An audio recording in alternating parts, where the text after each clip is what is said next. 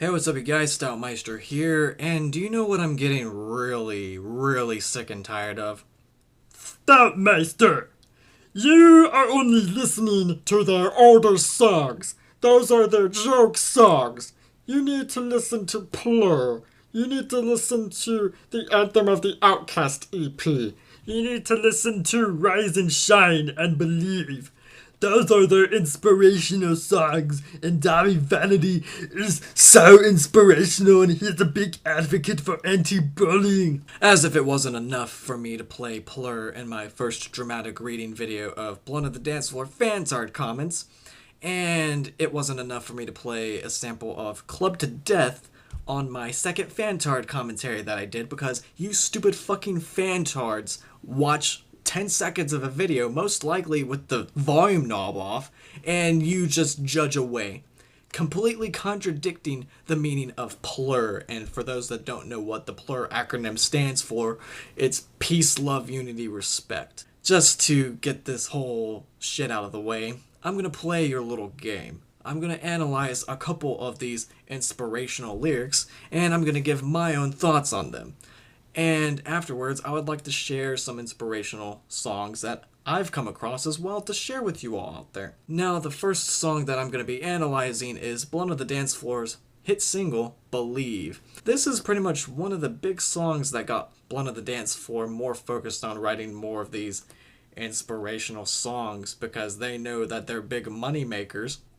Now, let's analyze the lyrics in there a little bit now, shall we? Believe in me when you feel like you're losing all your hopes and dreams. Believe in me. When I'm gone, you gotta keep a smile on. Believe in me. Goodbye, my friends. Just celebrate the times we spent. Believe in me. We all die. It's an awfully big adventure. Believe in me when I'm gone. We all fall down, but we'll pick you up. We all fall down, but we'll pick you up. Believe in me. Just keep your faith and believe in all that you make. Believe in me. My love is not a gamble. You can count on me. Believe in me. No lies, just love. I will be pure, just like the sun. Believe in me.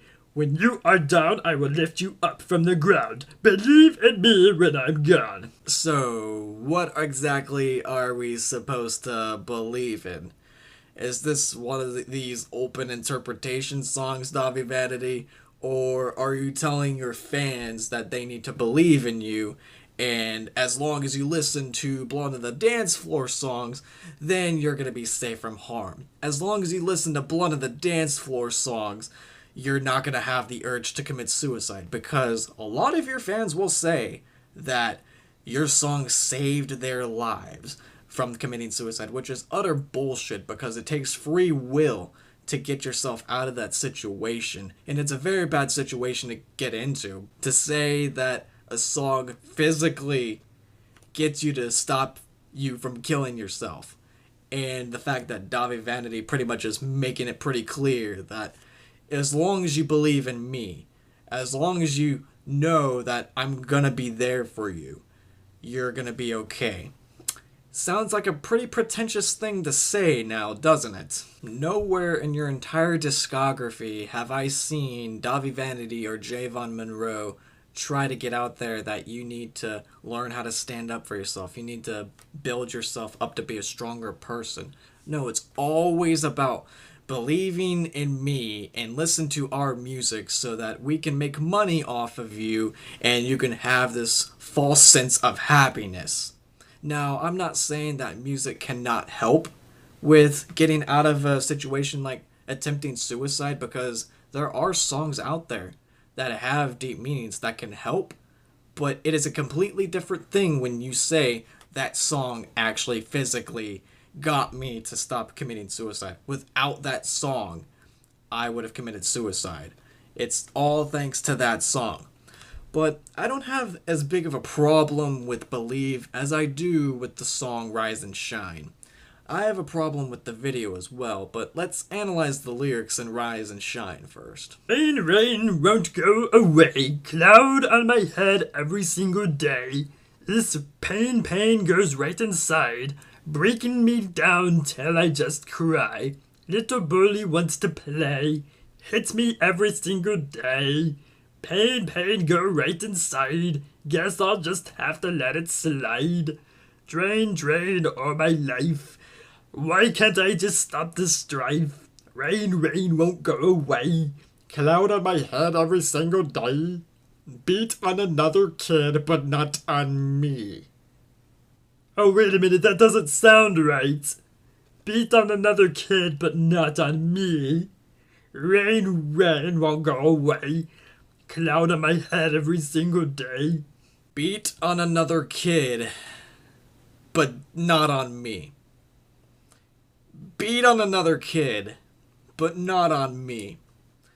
Isn't the purpose of being an anti-bullying activist is to make sure that nobody else gets bullied, especially those that don't deserve to be bullied, the innocent people? These two lines in your song completely destroy any deep meaning that you were trying to get across in your song. In order for an anti-bullying song to work, you cannot just say shit like this. You can't say, beat up on this kid because I can't take the pain. That is selfish. That is selfish of you to say things like that. And before any of you fantards claim that I'm making this up or I'm getting an invalid source, I'm going to play the music video. And I'm going to play the part where it points out, beat on another kid, but not on me. Beat on another kid, not on me. Rain will go away. Cloud on my head every single day. Did you hear that loud and clear, fantards? I hope you did, because you need to start taking notes. Tell you what, I'll get you some paper. I need a teleportation device so that I can get this paper out to every single fantard out there, and hope you have a pen because I don't have enough pens to pass out to all the stupid fantards that are out there. And start taking notes about the inconsistencies of Blood on the Dance Floor overall. Not only do I have a problem with those two lines in Rise and Shine, but towards the end of the music video, the teacher is writing, "I will not listen to Blood on the Dance Floor," as if it's supposed to hint that listening to Blood on the Dance Floor would have prevented any outbreak that happened in the music video. Not to mention in the lyrics of Rise and Shine, it's supposed to talk about uniting humanity into a brotherhood and sisterhood, when the entire music video is pretty much about a kid that gets bullied and they just happen to use a school shooting to get their point across. And they also promoted this video to talk about Sandy Hook. Let's not forget, a couple news clips talking about Columbine were shown in the Blood on the Dance Floor Rise and Shine music video, pretty much hinting that bullying was the main factor that got those two kids, Eric and Dylan, to shoot up the school, when that was pretty much a factor, but the fact that you would shoot up an entire school, it wouldn't take solely bullying to do that. It would take a mind that is not mentally well. It would take a mentally insane person to shoot up an entire school or be successful with killing a few people in a school or a theater or anything like that. But to say that bullying is the sole factor is just plain bullshit. There are people that have been bullied a lot worse than a lot of you fantards claim to have been bullied, and guess what? Those people would not think about killing innocent people that had nothing to do with harassing them.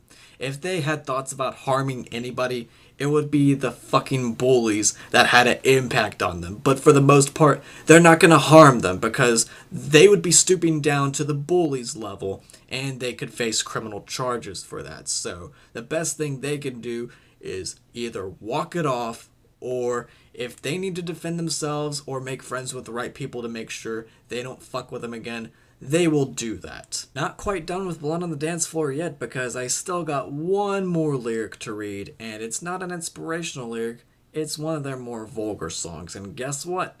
This song happens to be on Evolution. Rise and Shine also happens to be on Evolution. And guess what? A lot of you fantards out there claim that their albums, All the Rage and Evolution, are inspirational filled songs. Well, I'm going to tell you that's bullshit right now because of this song that I'm going to read now. Take your pants off. Well, we just want to see you naked. Blah blah blah with all your bullshit.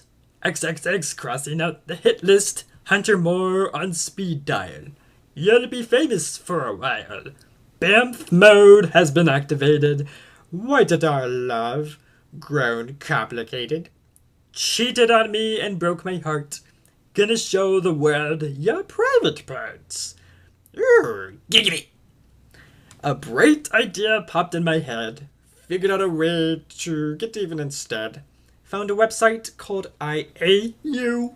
And guess what, honey? I'm gonna post your nudes. You have a song about revenge, as it says in the title of the song. And it's, I assume, about Davi's relationship with a girl and she cheated on him. So instead of just breaking up with her and doing the best to move on, you get photos of your ex and post them on the internet for the world to see, to humiliate her, to make herself look like a slut. Well, the last time I checked, I thought the best way of getting over a cheating ex like that is to either break up with them, or if you really want to stay with them, try to work things out. But either way, posting their nudes out to the world, you could get in a lot of trouble for that, actually.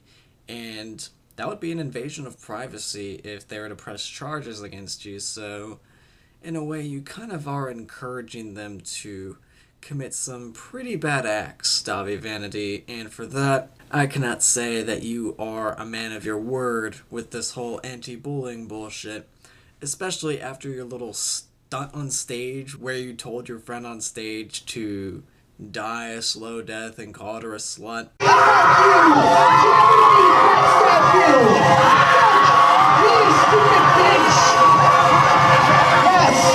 That's right.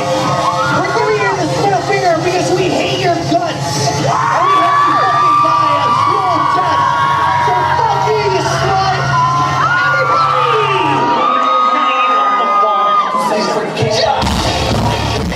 And fantards, don't even bother trying to come up with an excuse for Davi Vanity about this because the girl already spoke up about it. The excuses I am seeing on the comments section where they're saying, it's all part of the show. Davi was using that particular person or the audience as part of the show. He's telling us to tell bullying to die a slow death. It's pretty much the equivalent of what South Park did with their whole bullying parody, where they told bullying to kill itself, and it was for the Cody parody, which was very hilarious of them to do because that's how we handle bullying cases in today's society in America. There is no such thing as standing up for yourself anymore. There's no such thing as making friends with the right people anymore. It's all about listening to a band and you have this false sense of happiness because you have this band to listen to and you think that these people in this band are such great people and you think that they're such great activists for an anti-bullying cause. And what's worse is that this band actually goes with it and they proclaim to be these anti-bullying activists. If it was just the fans getting all defensive, that would be one thing. They would just be a band with shitty music with a shitty fan base. But no, the band acts on it, which is a big reason why I strongly dislike this band very much, especially Davi Vanity. Davi Vanity especially shows this in an interview that I saw recently where he makes a little quote about how people get their insults out there. This exact quote, he says, people use derogatory terms, bundle of sticks, rhymes with maggot, hint hint. So you are gonna pretend to be this righteous person that doesn't curse in an interview, yet your entire discography, you use such vulgarities in your music, and you have so much sexual themes in your music that you're the equivalent of child pornography to the music industry because you deliberately sell your music to preteens out there that are so vulnerable that they'll listen to anything that is posted on either the radio or on YouTube as long as it has a catchy beat and as long as the frontmen look hot and sexy with their little emo hair that looks like Final Fantasy wannabes. Moving on from the topic of Blown on the Dance Floor lyrics, time to move on to the lyrics and these other bands' material that I find to be inspirational. And no, this is not me saying that my tastes are better than yours. This is just me getting other music out there, and I hope that you guys find this to be inspirational as well as enjoyable to listen to. 3 particular bands come into mind right now when it comes to inspirational bands and lyrics. These bands would be Circus Maximus, Metallica, and Fear Factory. The first band I'm going to be looking at is Circus Maximus' song Game of Life, which you can tell by the title it's going to be about life struggles, but let's take a look at the lyric that really strikes me. There's no success without will. What you gain in free life, it is the way you come from, is where you're going. That down to get back into the saddle again, right alongside life's ring, and walk out as the winner when you own the game. Talking about the game of life, that little pre-chorus right there alone is more inspirational than anything that the pseudo anti-bullying activists that are blood of the dance floor could offer with anything in their material. That lyric right there is saying that you need to stop feeling sorry for yourself. You need to stop putting blame on certain people for why you act a certain way. This is telling you that you have the free will to get yourself out of a bad situation. You have the free will, you have the mental power to go in whatever direction you want to. As long as you get a hold of that free will, you can do anything. Another great example is Metallica's Fade to Black.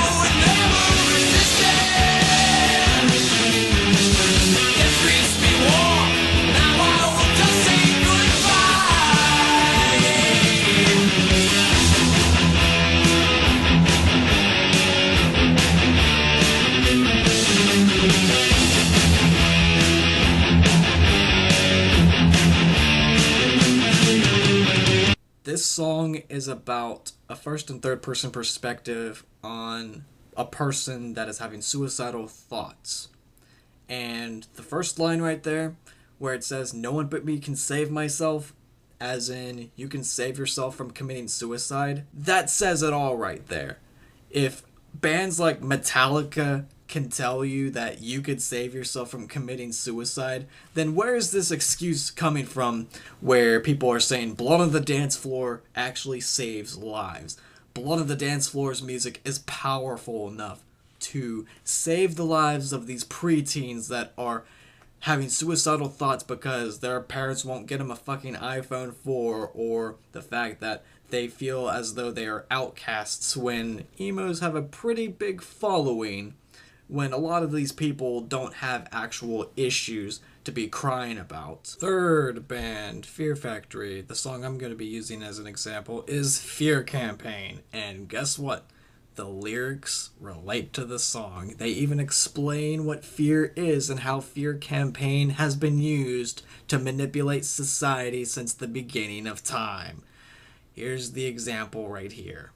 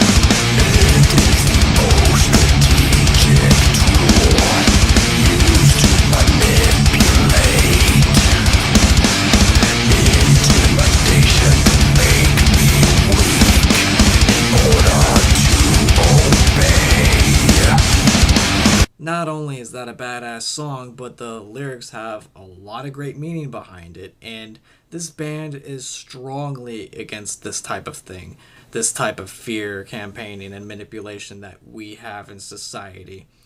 A much stronger point to get across than anything BOTDF has ever done. And I have a shit ton more bands that I could use. Got my little list right here, and the list is going to be in the description down below. And I have 3 people to thank, and I'll be leaving their channels and pages, so on and so forth, in the description down below. And fuck you, Blunt of the Dance Floor, for raping Grumpy Cat. One of the best memes that ever came across on the internet. You have to rape them. You have to rape Grumpy Cat. If my throat was not sore from recovering from the respiratory infection, if there weren't people sleeping right now, I would be screaming right now. You guys are just so desperate to get attention that you take anything popular and put it on merchandise. It wasn't enough for you to do that with Nintendo products. Now you have to do it with one of the greatest memes that the internet has ever invented, Grumpy Cat. And before I end the video, I would like to propose a toast to the fantards out there with my giant mug of Shut the Fuck Up, my giant cup of Shut the Fuck Up. You see these last 4 words that are on the mug, fantards? That's what you need to do, because your jabbering and your constant keyboard warring is just getting quite ridiculous. It's laughable. And anybody else watching this, cheers! Today's episode was brought to you by Monster M80, which is the best goddamn monster there is out there. And it's 80% juice, and it's mango flavored. Now, time to end this video right here. Hope you found this video entertaining and somewhat informative. And one more point I want to get across really quick. If you think that I am an asshole for making certain points in this video about bullying, check out the 2 videos I did on bullying. I'm going to be leaving the link for those in the description down below, as well as it being a shameless promotion. It gets the message across. And until then, stay tuned for more videos. Take care. See you later. Cueing epic outro music now.